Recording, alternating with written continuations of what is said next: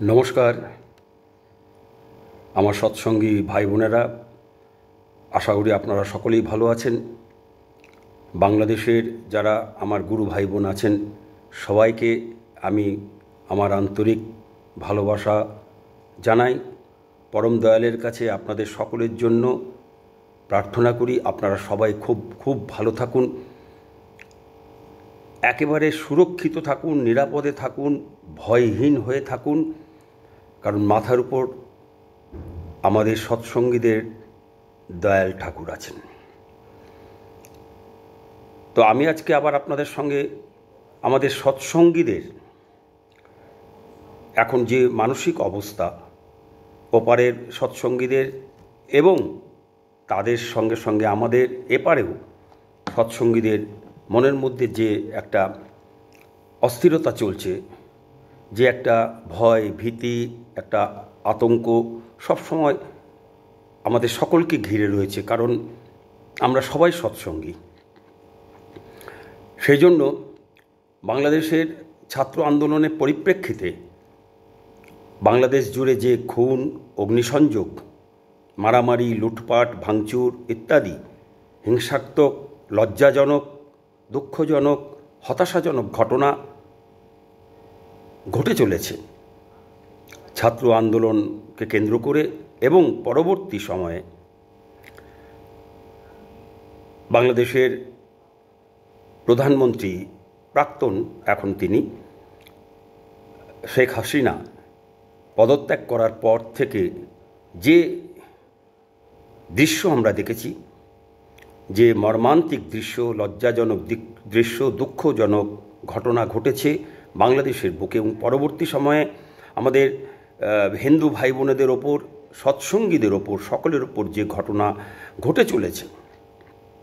ঘটেছে সে সমস্ত বিষয় নিয়ে স্বাভাবিকভাবেই সংখ্যালঘু সম্প্রদায়ের মানুষেরা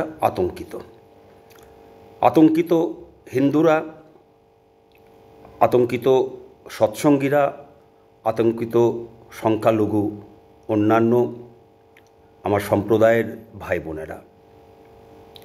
আর এই আতঙ্ক স্বাভাবিক, তা সে যে সম্প্রদায়, যে ধর্মমতের মানুষ হোক না কেন, এই আতঙ্ক স্বাভাবিক। আর বাংলাদেশের হিন্দু সৎসঙ্গীদেরও এই মুহূর্তে ভেবে দেখতে হবে তারা কি। আমাদের যারা বাংলাদেশের সেই ঠাকুর অনুকূলচন্দ্রের দীক্ষিত যে মানুষরা আছেন, যে গুরু ভাই বোনেরা আছেন, যে সৎসঙ্গী গুরু ভাই বোনেরা আছেন, তাদের কাছে আমার বিশেষভাবে আমার জিজ্ঞাস্য যে সৎসঙ্গী যারা আছেন, যারা ওখানে হিন্দু বলে পরিচিত, হিন্দু সৎসঙ্গী, এই মুহূর্তে তাদের ভেবে দেখতে হবে তারা কি প্রথমে হিন্দু নাকি প্রথমে তারা সৎসঙ্গী।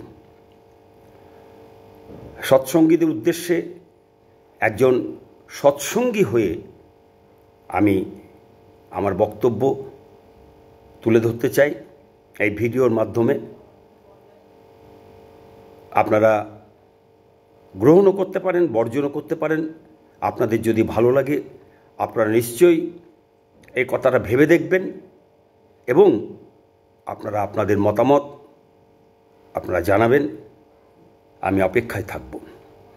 হিন্দু মুসলমানের পারস্পরিক এই যে সমস্যা, এই সমস্যা চিরকাল ছিল, আছে ও ভবিষ্যতেও থাকবে।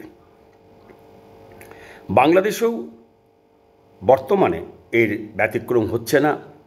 আর এর জন্যে হিন্দু, মুসলমান, খ্রিস্টান, বৌদ্ধ ইত্যাদি সমস্ত সম্প্রদায়ের মানুষ সবাই দায়ী। আর যে যেখানে সংখ্যাগরিষ্ঠ সে সেখানে তার দায়িত্ব পালনে ব্যর্থ। নিজেরা মারামারি করে সবাই একদিন মরবে। প্রথমে এক সম্প্রদায় অন্য সম্প্রদায়ের সঙ্গে লড়াই করে মরবে, পরে যে সম্প্রদায় যেখানে থেকে যাবে এককভাবে সেখানে সেই সম্প্রদায়ের লোক নিজেদের মধ্যে মারামারি করে অবশেষে মারা পড়বে। এর জন্যে কেউ কাউকে দায়ী করার আগে নিজের কোথায় ত্রুটি, আমার নিজের কোথায় ত্রুটি ছিল, কোথায় কোথায় ভুল ছিল, এখনো পর্যন্ত ভুল আছে, কোথায় কোথায় আমার অসম্পূর্ণতা ছিল এবং অসম্পূর্ণতা আছে, তা খুঁজে বের করতে হবে। আর খুঁজে দেখে তা দূর করার দরকার, নিজেকে শুধরে নেবার দরকার। পরম প্রেমময় শ্রী ঠাকুর অনুকূলচন্দ্র এ সম্পর্কে পরিষ্কার আমাদের সাবধান করে দিয়ে বলেছেন, তুমি ঠিক ঠিক জেনো যে তুমি তোমার নিজ পরিবারের, দেশের ও দশের বর্তমান ও ভবিষ্যতের জন্য দায়ী। তাই সৎসঙ্গীরা আগে নিজেদের শুধরে নিক, তা সে হিন্দু হোক আর মুসলমান হোক আর যেই সম্প্রদায়ের হোক।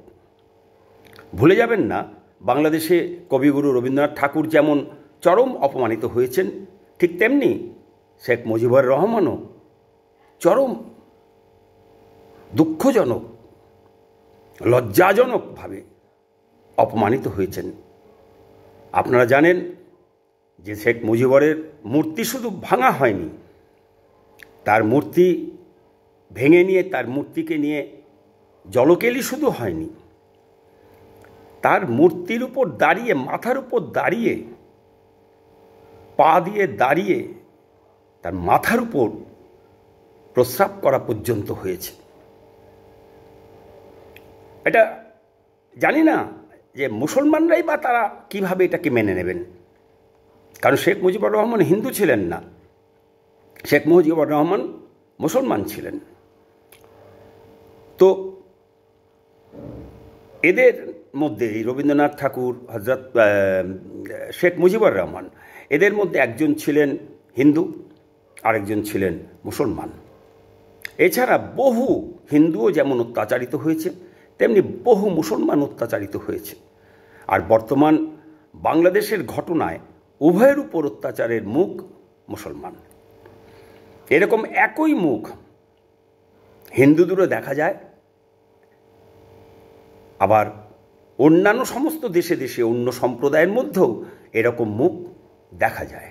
তাই ভুলে যাবেন না, আপনি একজন সৎসঙ্গী।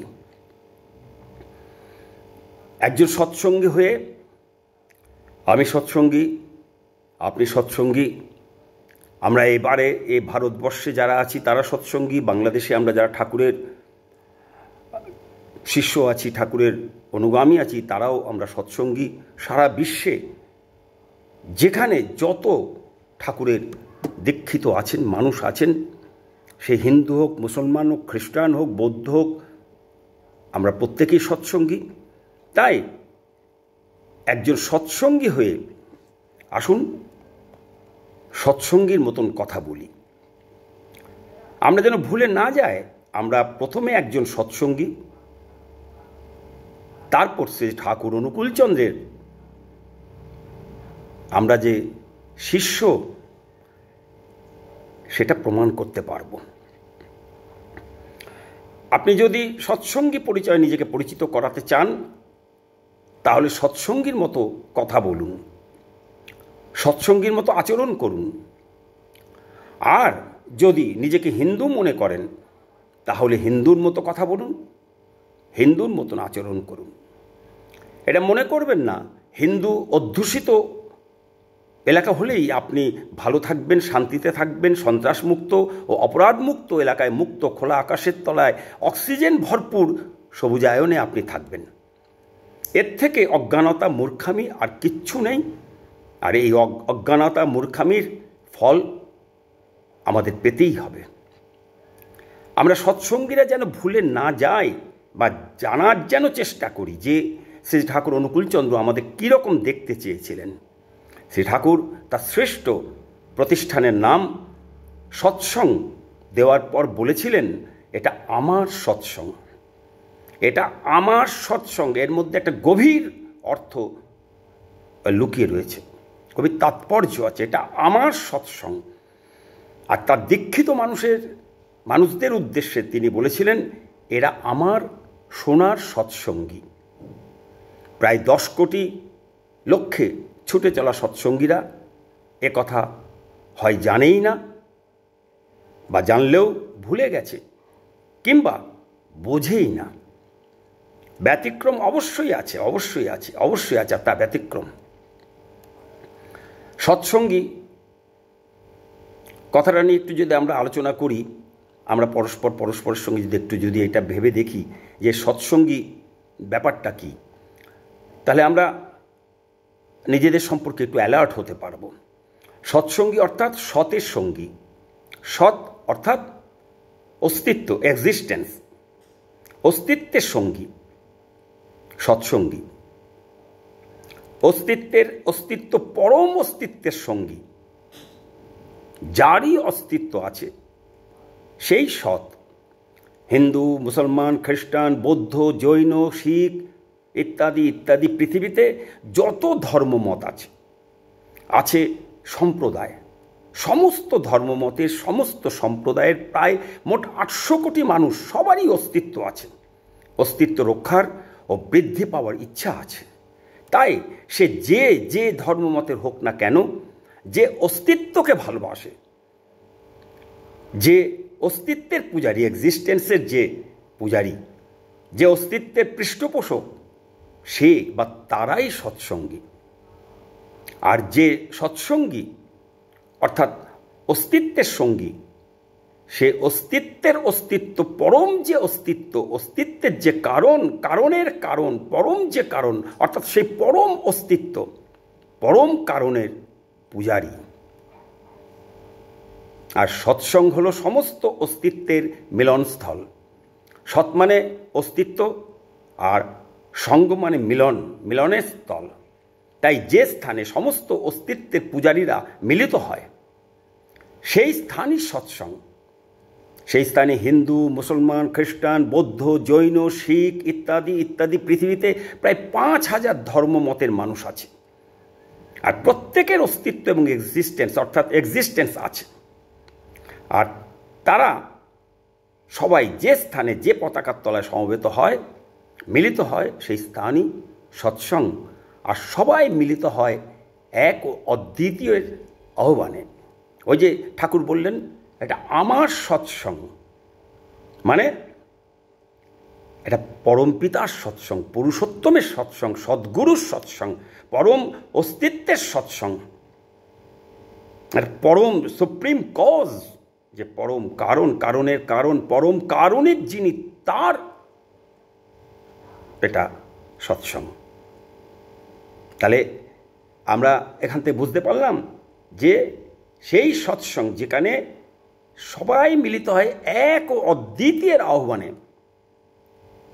এক এবং অদ্বিতীয় হলেন ঈশ্বর, এক এবং অদ্বিতীয় হলেন আল্লাহ, এক এবং অদ্বিতীয় হলেন গড।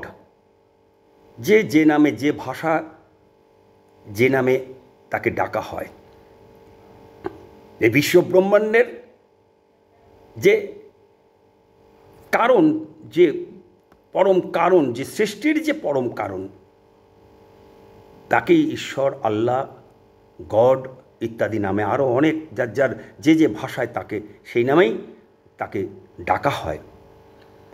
তিনি যখন মানুষের রূপ ধরে, যখন মানুষের মাঝখানে, পৃথিবীর যে কোনো প্রান্তে তার যেখানে নামার মতন তিনি মাটি পান, সেখানে তিনি নেমে আসেন এবং সেই স্থানই হয়ে ওঠে মিলনের স্থল।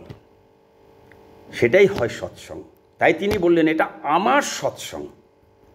তাই প্রথমে আমি অস্তিত্বের পূজারী, তাই প্রথমে আমি সৎসঙ্গী, তারপরে আমি হিন্দু বা মুসলমান বা খ্রিস্টান ইত্যাদি 5000 ধর্মমত বা সম্প্রদায়, সেই ধর্মমতের বা সম্প্রদায়ের। এর জন্য মানে আমরা হিন্দু, মুসলমান, খ্রিস্টান, বৌদ্ধ, জৈন ইত্যাদি প্রতিটি মানুষ, 800 কোটি মানুষ নিজের নিজের ধর্মমত বা সম্প্রদায়ের মানুষ হওয়া সত্ত্বেও অস্তিত্বকে ধরে রাখার কারণে, অস্তিত্বকে রক্ষা করা ও বৃদ্ধি পাওয়ার লক্ষ্যে এগিয়ে নিয়ে যাওয়ার কারণেই আমরা প্রত্যেকেই সৎসঙ্গী। আর সূর্যকে কেন্দ্র করে যেমন গ্রহরা নিজের নিজের অরবিটে সুশৃঙ্খল ও স্বাধীন সত্তা নিয়ে ঘোরে, ঠিক তেমনি আমরাও পুরুষোত্তমকে কেন্দ্র করে স্বাধীনভাবে সুশৃঙ্খলভাবে সমস্ত জাতের, সমস্ত বর্ণের, সমস্ত ধর্মমতের 800 কোটি মানুষ নিজের নিজের ধর্মমতকে বজায় রেখেই, পালন করেই, কনভার্সনের মতো ঘৃণ্য পথ অবলম্বন না করেই আমরা সবাই বাঁচা ও বাড়ার পথে এগিয়ে যেতে পারি, প্রত্যেকের হাত ধরে। ঈশ্বর, আল্লাহ বা গডের সাকার রূপ সদ্গুরু, পরম পুরুষ, পুরুষোত্তম, পরমপিতা, সৃষ্টিকর্তা, জীবন্ত ঈশ্বর শ্রী শ্রী রামচন্দ্র, শ্রী শ্রী কৃষ্ণ, শ্রী শ্রী বুদ্ধ, শ্রী শ্রী যিশু, শ্রী শ্রী হজরত মোহাম্মদ, শ্রী শ্রী মহাপ্রভু শ্রী ঠাকুর রামকৃষ্ণের সর্বশেষ রূপ শ্রী ঠাকুর অনুকূল চন্দ্রকে জীবনের কেন্দ্রে রেখে রচনা করতে পারি স্বর্গ। এই জন্য কোনো ধর্মমত বা কোনো পুরুষোত্তমকে ত্যাগ করতে হয় না। যে প্রকৃতই অস্তিত্বের পূজারী, সে অস্তিত্ব পরম অস্তিত্বের পূজারী। যে প্রকৃতই অস্তিত্বকে ভালোবাসে, সে পরম অস্তিত্বের যুগানুযায়ী প্রতিটি পরম অস্তিত্বের রূপকে ভালোবাসবেই বাসবে। কারণ আমি হিন্দু, আমার মধ্যে যিনি আছেন সেই তিনি মুসলমান, খ্রিস্টান, বৌদ্ধ, শিখ, জৈন ইত্যাদি পৃথিবীর 800 কোটি মানুষের বুকের মধ্যেই আছেন। আমরা সবাই সেই এক ও অদ্বিতীয় পরমপিতার সন্তান।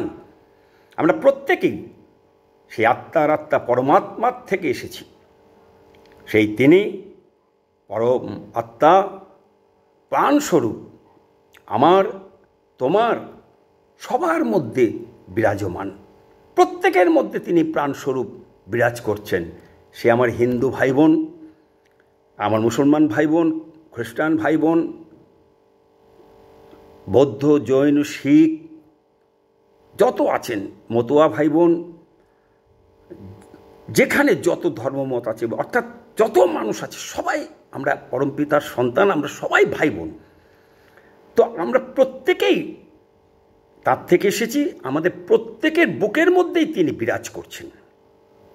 আবার সেই তিনি মানুষ রূপে যুগে যুগে আসেন বারবার আমাদের মাঝে। যখনই তার ভাব ম্লান হয়ে যায়, উবে যাবার মতন অবস্থা হয়, তখন তিনি ঈশ স্পর্শে আবার সবাইকে সঞ্জীবিত করে তুলবার জন্য আবার মানুষের রূপ ধরে নেমে আসেন। এইভাবে তিনি 8 বার এসেছেন এখনো পর্যন্ত। যখনই তিনি যে রূপে প্রথম এসেছিলেন, সেই রূপ যখন ম্লান হয়ে যাচ্ছে, মানুষের মধ্যে থেকে সেই ভাব যখন আস্তে আস্তে উবে যাচ্ছে, তার প্রতি যে ভাব, তার প্রতি যে টান, ভালোবাসা যখন সেটা কমে যাচ্ছে, মানুষ যখন আবার অন্ধকারের দিকে এগিয়ে যাচ্ছে, তখন তিনি তার যেহেতু সন্তান, তার সৃষ্টি যেহেতু, যেমন আমরা প্রত্যেকেই, সে হিন্দু হোক, মুসলমান হোক, খ্রিস্টান হোক, বৌদ্ধ হোক, জৈন হোক, যেখানে পৃথিবীর যে প্রান্তে আছে, আমরা যখন সন্তানের মা বাবা হই, তখন আমাদের যে টান থাকে, একটা হিন্দু মা তার সন্তানের উপর যে টান, বাবার যে সন্তানের উপর টান, সেটা টানের কি মুসলমান তার ছেলে, তার মেয়ে, তার সন্তানের প্রতি, সেই মা বাবার, মুসলমান, খ্রিস্টান, বৌদ্ধ, শিখ, জৈন যেখানে আছে, তাদের সন্তানের প্রতি সেই মা বাবার টান কি আলাদা আলাদা? না, একই টান, একই রকম টান। তা সেই টান, সেরকম যখন আমাদের টান, সন্তানের টান যখন পিতামাতার উপর যখন আস্তে আস্তে কমে যায়, আমরা বাস্তবে দেখতে পাই যে আমরা এটা প্র্যাকটিক্যাল, যে আমাদের সংসারে, ঘরে ঘরে, আমাদের সমাজে মা বাবারা কীভাবে অবহেলিত হচ্ছেন সন্তানদের কাছে। সেই সন্তানদের দ্বারা যখন মা বাবা অবহেলিত হয়, যখন মা বাবা কষ্ট পায়, ঠিক তেমনি যখন আমাদের সবার, আমার পিতার পিতা, সবার পিতা, আমার পিতা, আমার বাবার পিতা, আমার বাবার বাবা, তার বাবার বাবা, প্রত্যেকটি মানুষের, 800 কোটি মানুষের, সমস্ত জীব জগৎ যা আছে সৃষ্টির বুকে, মহাশূন্যে যা কিছু আছে, সমস্ত সৃষ্টির যিনি পিতা, পরম পিতা,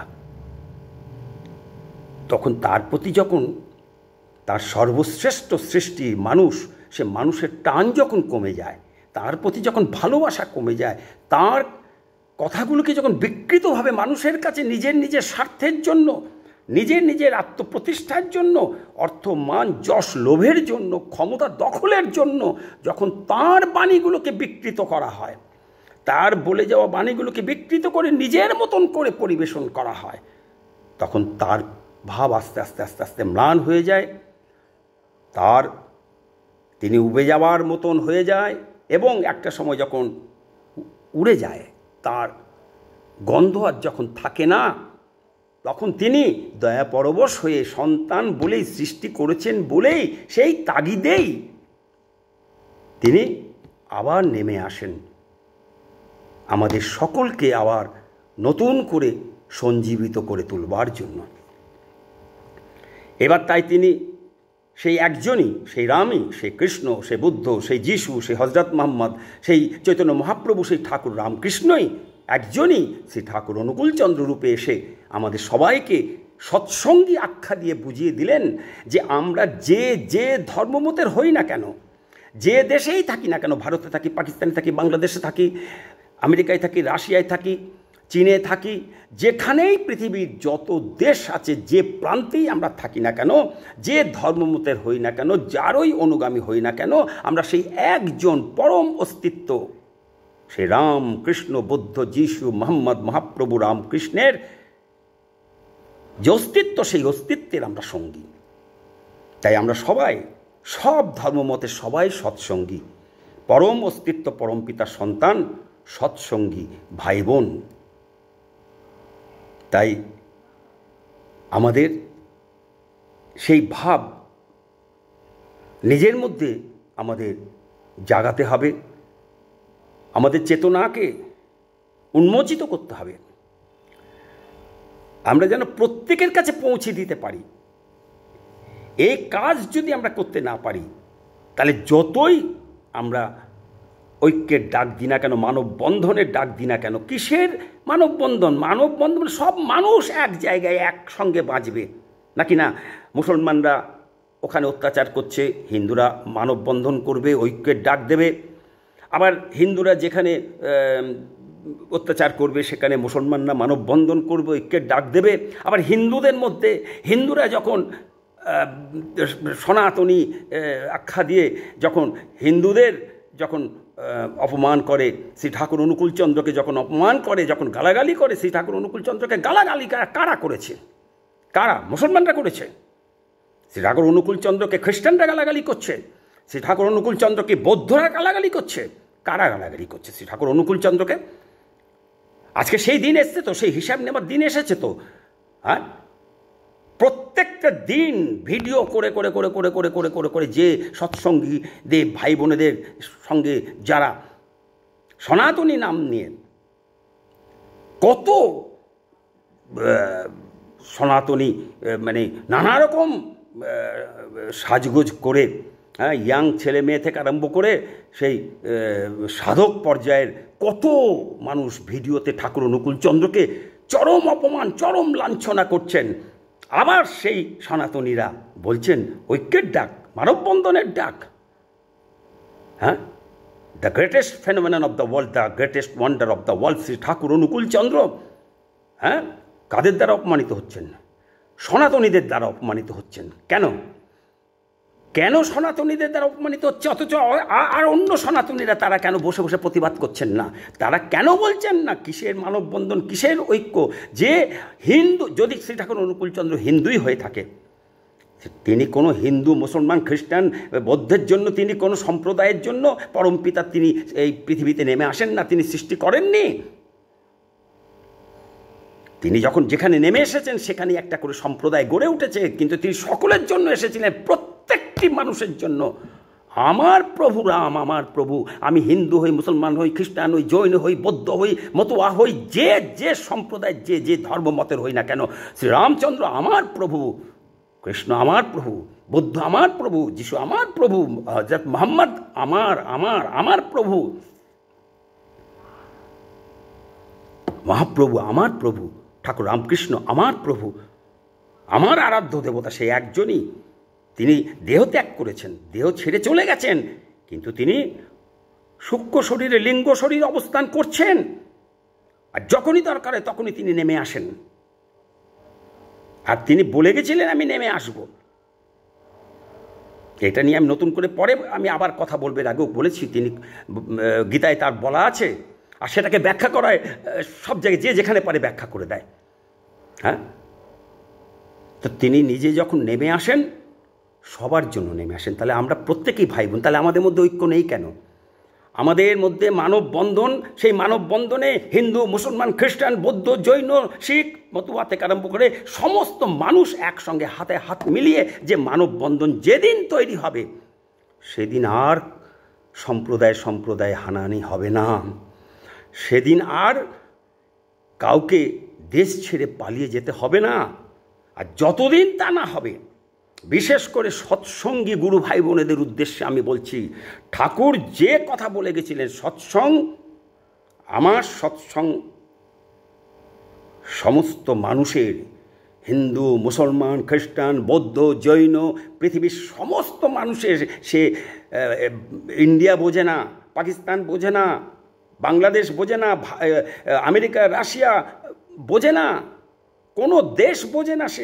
সে শুধু বোঝে মানুষ মানুষ মানুষ।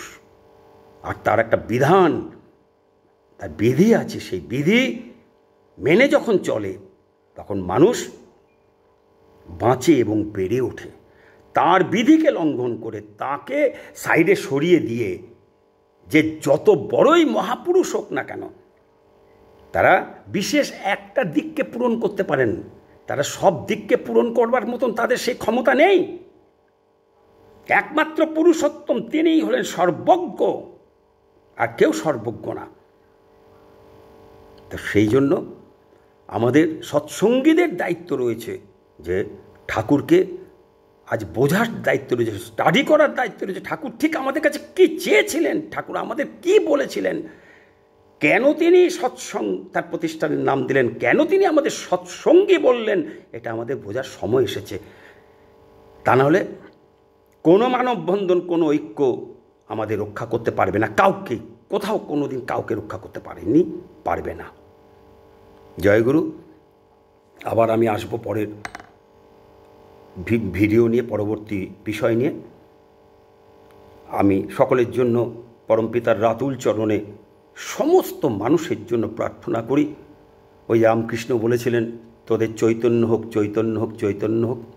তো রামকৃষ্ণ অনুগামীদের চৈতন্য হয়েছে, আমাদের যে চৈতন্য হবে তার অনুগামীদেরই চৈতন্য হয়নি। যাই হোক, আজকের মতন আসি। নমস্কার।